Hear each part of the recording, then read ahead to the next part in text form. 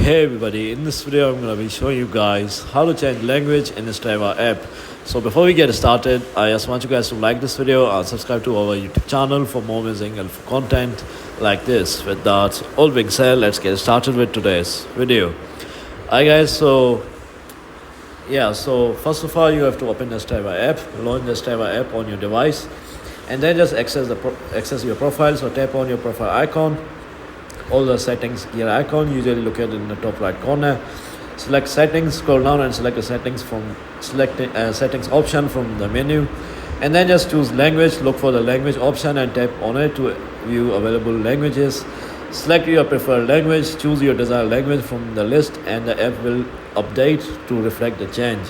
So yeah guys, it's that simple. If you found this video to be helpful, then please consider subscribing, and with that all being said, I'll see you in the next video very soon. Peace.